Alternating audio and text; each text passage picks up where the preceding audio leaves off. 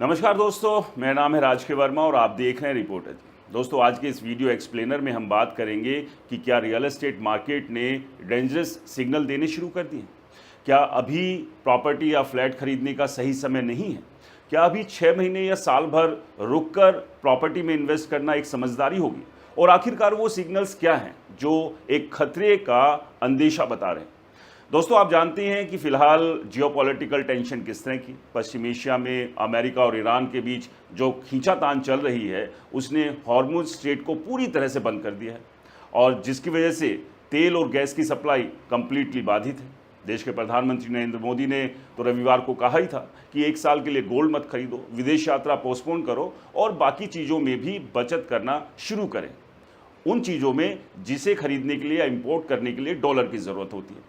अब सवाल ये कि क्या इन सब का असर बाकी सेक्टर्स पर पड़ेगा और सबसे अहम, क्या रियल एस्टेट सेक्टर भी क्या इस प्रभाव से अछूता रहेगा या यहाँ पर जो पहले से ही एक मंदी के दौर से मार्केट गुजर रहा है वहाँ और बड़ी मंदी के हालात जो है इसकी वजह से बन सकते हैं। तो चलिए आज इसी मुद्दे पर बात करेंगे, इसलिए इस वीडियो को अंत तक देखिए। पसंद आए तो लाइक कीजिए, शेयर कीजिए और आपके अपने चैनल रिपोर्टर जी को सब्सक्राइब और फॉलो करना बिल्कुल मत भूलिए, क्योंकि आज के इस वीडियो में आपके तमाम जो सवाल हैं, जो डाउट्स हैं, उनके एक एक कर जवाब मिलने वाले हैं। तो चलिए बगैर देरी के ये शुरू करते हैं। दोस्तों, क्या आपने नोटिस किया कि पिछले कुछ महीनों में इंडिया के रियल एस्टेट मार्केट की हवा अचानक बदली हुई दिखाई दे रही है। वही मार्केट जो कुछ समय पहले तक हर तरफ luxury living, premium lifestyle, last few units left और सोल्ड आउट जैसे बड़े बड़े दावे करती दिखाई दे रही थी, जहां 3 करोड़, 5 करोड़, 10 करोड़, 20 करोड़, 100 करोड़ के फ्लैट्स भी रिकॉर्ड स्पीड से बिकने की खबरें आ रही थी, वही मार्केट अब अचानक cooling mode, wait and watch और कॉन्शियस रिकॉलिब्रेशन जैसी भाषा क्यों बोलने लगी है। और सबसे दिलचस्प बात यह है कि ये बातें कोई छोटा मोटा एनालिस्ट नहीं, बल्कि इंडिया की बड़ी प्रॉपर्टी कंसल्टेंसी फर्म और इंडस्ट्री बॉडीज खुद कह रही है। दोस्तों, दरअसल जी बिजनेस की रिपोर्ट के मुताबिक नाइट फ्रैंक इंडिया और नैरेडको की Q1 2026 सेंटिमेंट सर्वे ने रियल एस्टेट सेक्टर को लेकर एक बड़ा संकेत दिया।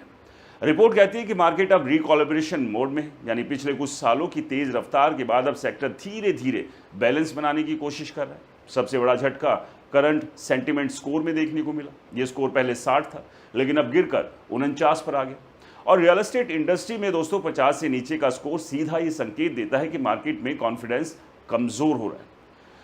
सिर्फ यही नहीं, फ्यूचर सेंटिमेंट स्कोर भी 61 से गिरकर 50 तक पहुंच गए, यानी अब बिल्डर्स, इन्वेस्टर्स और फाइनेंशियल इंस्टीट्यूशंस भी आने वाले महीनों को लेकर उतने आश्वस्त नहीं दिख रहे जितने पहले थे। हिंदुस्तान टाइम्स की एक रिपोर्ट पकड़ लीजिए, जिसमें बताया गया है कि इंडस्ट्री स्टेक होल्डर्स कम से कम सितंबर 2026 तक बेहद कॉन्शियस नजर आ रहे हैं। अब सवाल है कि आखिर ऐसा क्या हो गया कि जिस सेक्टर को इंडिया की ग्रोथ स्टोरी का सबसे बड़ा इंजन माना जाता था, वही अचानक ठंडा पड़ने लगा। तो इसका जवाब छिपा है कई लेयर्स में। सबसे पहला कारण है ग्लोबल इकोनॉमिक अनसर्टेनिटी। दुनिया भर में इकोनॉमिक स्लोडाउन का डर बढ़ रहा है। अमेरिका और यूरोप में इंटरेस्ट रेट लंबे समय तक हाई बने हुए हैं। चाइना का प्रॉपर्टी क्राइसिस अभी भी पूरी तरह से खत्म नहीं हुआ। मिडल ईस्ट में जियोपॉलिटिकल टेंशन लगातार बनी हुई है। क्रूड ऑयल प्राइसेस में तेजी ने कंस्ट्रक्शन कॉस्ट को बढ़ा दिया है। सीमेंट, स्टील, लेबर और लॉजिस्टिक की लागत लगातार ऊपर जा रही है, यानी बिल्डर्स की कॉस्ट बढ़ रही है। लेकिन दूसरी तरफ बायर की इनकम सैलरी उस स्पीड से नहीं बढ़ रही और यही सबसे बड़ा खतरा बनता जा रहा है।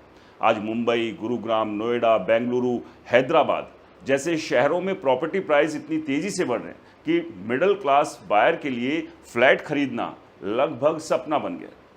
रॉयटर्स की एक रिपोर्ट उठा लीजिए, जिसके मुताबिक इंडिया में प्रीमियम और लग्जरी हाउसिंग की हिस्सेदारी लगातार बढ़ रही है, जबकि अफोर्डेबल हाउसिंग तेजी से सिकुड़ रहा है। मतलब मार्केट अब एंड यूजर्स की जरूरत के हिसाब से नहीं, बल्कि हाई नेट वर्थ इन्वेस्टर्स और वेल्दी बायर्स के हिसाब से डिजाइन होता जा रहा है।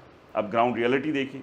नाइट फ्रैंक के डेटा के मुताबिक इंडिया के टॉप 8 सिटीज में Q1 2026 के दौरान हाउसिंग सेल्स में 4% की गिरावट दर्ज की गई थी।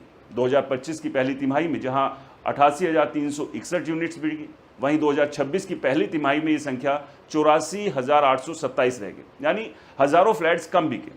हिंदुस्तान टाइम्स की रिपोर्ट के मुताबिक सबसे ज़्यादा असर Mumbai, metropolitan region, Delhi NCR और पुणे जैसे बड़े मार्केट में देखने को मिला। मुंबई में सेल्स लगभग 7% तक गिर गई, दिल्ली एनसीआर में 11% की गिरावट दर्ज हुई और पुणे में भी करीब 11% की कमजोरी दिखाई दी। अब यहाँ सबसे बड़ी बात समझिए, ये वही सिटीज़ है जिन्हें इंडिया का सबसे मजबूत रियल एस्टेट सेक्टर माना जाता है।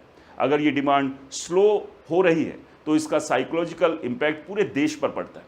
हालांकि बेंगलुरु और चेन्नई जैसे शहरों में अभी भी कुछ स्टेबिलिटी दिखाई दे रही है, क्योंकि वहाँ आईटी और मैन्युफैक्चरिंग सेक्टर का सपोर्ट मौजूद है।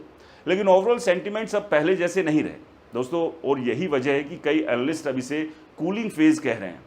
लेकिन कहानी यहीं ख़त्म नहीं होती, क्योंकि सबसे इंटरेस्टिंग और ख़तरनाक चीज़ अभी बाकी है। सेल्स गिर रही है, डिमांड कमज़ोर पड़ रही है, लेकिन प्राइजेस अभी भी नीचे नहीं आ रहे। यानी मार्केट एक अजीब डिसकनेक्ट पैदा हो गया है। बायर पीछे हट रहे हैं, लेकिन बिल्डर्स अभी भी हाई प्राइसिंग छोड़ने को तैयार नहीं है। इसकी एक वजह यह भी है कि इंडिया में बड़े डेवलपर्स सीधे प्राइस कट करने से बचते हैं, क्योंकि इससे मार्केट में पैनिक फैल सकता है। इसके बजाय वो लॉन्च डिले करते हैं, इन्वेंट्री रोकते हैं, या फिर लिमिटेड पीरियड ऑफर देकर मार्केट को संभालने की कोशिश करते हैं। लेकिन एक्सपर्ट्स मानते हैं कि अगर डिमांड लंबे समय तक कमज़ोर रही तो आखिरकार प्रेशर प्राइजेस पर ही आएगा। एक और मीडिया हाउस की रिपोर्ट के मुताबिक अब डेवलपर्स भी ग्लोबल रिस्क को लेकर ज़्यादा चिंतित हैं। सर्वे में शामिल बड़ी संख्या में स्टेक होल्डर्स ने माना है कि अगले 6 महीनों में हाउसिंग डिमांड और न्यू इन्वेस्टमेंट पर दबाव बना रह सकता है। अब एक और बड़ा खतरा समझिए, पिछले कुछ सालों में इंडिया के रियल एस्टेट मार्केट में बहुत बड़ी मात्रा में इन्वेस्टर मनी आया, खासकर लग्जरी और प्रीमियम सेगमेंट में। लोगों ने फ्लैट्स रहने के लिए कम और इन्वेस्टमेंट एसेट के तौर पर ज़्यादा खरीदे। आज खरीदो, 2 साल बाद दोगुने दाम में बेच दो, यही मेंटलिटी तेज़ी से बढ़ी। लेकिन जैसे ही सेल्स स्लो होती है, सबसे पहले इन्वेस्टर घबराने लगते हैं, क्योंकि उन्हें एग्जिट चाहिए होता है। अगर बायर नहीं मिलते तो इन्वेंट्री फंसने लगती है, और जब इन्वेंट्री बढ़ती है तब मार्केट में पैनिक का खतरा पैदा होता है। यही वजह है कि अब रेडिट, प्रॉपर्टी फोरम्स और सोशल मीडिया पर भी लोग खुलकर स्लो डाउन, करेक्शन और बबल जैसे शब्द इस्तेमाल कर रहे हैं। कई यूजर्स दावा कर रहे हैं कि इन्वेस्टर्स को रीसेल बायर्स नहीं मिल रहे। कई प्रीमियम प्रोजेक्ट में डिमांड सॉफ्ट पड़ी रही और कुछ जगहों पर साइलेंट डिस्काउंट भी शुरू हो चुके। दूसरी तरफ होम लोन्स रेट्स भी बायर पर दबाव डाल रहे हैं। आरबीआई ने भले ही कुछ राहत दी हो, लेकिन पिछले कुछ सालों में इंटरेस्ट रेट्स बढ़ने के कारण ईएमआई का बोझ काफ़ी बढ़ चुका है। एक मिडिल क्लास फैमिली जो पहले 70 लाख का लोन लेकर फ्लैट खरीद सकती थी, अब वही ईएमआई प्रेशर के कारण पीछे हट रहे। यानी डिमांड का नेचर बेस कमज़ोर हो रहा है। और जब रियल बायर मार्केट से दोस्तों बाहर निकलता है, तब सिर्फ इन्वेस्टर ड्रिवन मार्केट बचती है, जो ज़्यादा समय तक स्टेबल नहीं रहती। इसी बीच एक और मीडिया रिपोर्ट में भी ये सामने आया कि इंडस्ट्री ने सरकार से अफोर्डेबल हाउसिंग और रेंटल हाउसिंग को रिवाइव करने की मांग की है, क्योंकि मिडिल क्लास डिमांड कमज़ोर पड़ना पूरे सेक्टर के लिए खतरे की घंटी माना जा रहा है। मतलब अब इंडस्ट्री खुद मान रही है कि सिर्फ लग्जरी हाउसिंग के भरोसे मार्केट लंबे समय तक नहीं चल सकता। और शायद यही वजह है कि अब एक्सपर्ट्स बार बार बायर्स को सलाह दे रहे हैं कि अगर तुरंत ज़रूरत नहीं है तो थोड़ा वेट करो, जल्दबाजी में फैसला मत करो, क्योंकि मार्केट अब एक बड़े टर्निंग पॉइंट पर आकर खड़ा हो गया। दोस्तों, अब सबसे बड़ा सवाल क्या है? क्या इंडिया का रियल एस्टेट मार्केट सच में एक बड़े बबल की तरफ बढ़ रहा है? क्योंकि अभी जो सिचुएशन दिखाई दे रही है वो बेहद कंफ्यूजिंग और कॉन्ट्राडिक्टरी है। एक तरफ हेडलाइंस कह रही है लग्जरी फ्लैट्स की रिकॉर्ड बिक्री हो रही है, करोड़ों के अपार्टमेंट्स मिनटों में सोल्ड आउट हो रहे हैं, और बड़े बड़े डेवलपर्स लगातार नए अल्ट्रा लग्जरी प्रोजेक्ट्स लॉन्च कर रहे हैं। लेकिन दूसरी तरफ ग्राउंड रियलिटी ये भी बता रही है कि मिडिल क्लास बायर धीरे धीरे मार्केट से बाहर होता जा रहा है। यही वजह है कि अब कई एक्सपर्ट्स खुलकर लग्जरी बबल शब्द इस्तेमाल कर रहे हैं। एक उदाहरण से समझिए, एक मीडिया हाउस की रिपोर्ट के मुताबिक सिर्फ फरवरी 2026 में मुंबई में 13,029 प्रॉपर्टी रजिस्ट्रेशन हुए, जो पिछले साल के मुकाबले करीब 8% ज़्यादा थी। यानी ऊपर से देखने पर मार्केट अभी भी स्ट्रॉन्ग लगता है, लेकिन असली कहानी अंदर छिपी है, क्योंकि ये ग्रोथ मुख्य रूप से लग्जरी और प्रीमियम सेगमेंट में दिखाई दे रही है, जहाँ करोड़पति बायर, एचएनआईज और बड़े इन्वेस्टर्स पैसा लगा रहे हैं। वहीं दूसरी तरफ आम मिडिल क्लास बायर लगातार पीछे हट रहे हैं, यानी आप और हमारे जैसे बायर्स। रॉयटर्स की रिपोर्ट के मुताबिक 2025 में इंडिया की कुल हाउसिंग सेल्स में से लगभग 63% हिस्सा 1 करोड़ से ऊपर वाले प्रीमियम होम्स का था। यानी मार्केट का सबसे बड़ा हिस्सा अब लग्जरी सेगमेंट के कब्जे में आ चुका है। और सबसे इंटरेस्टिंग और चौंकाने वाली बात यह है कि अफोर्डेबल हाउसिंग डिमांड में करीब 31% की गिरावट दर्ज की गई है।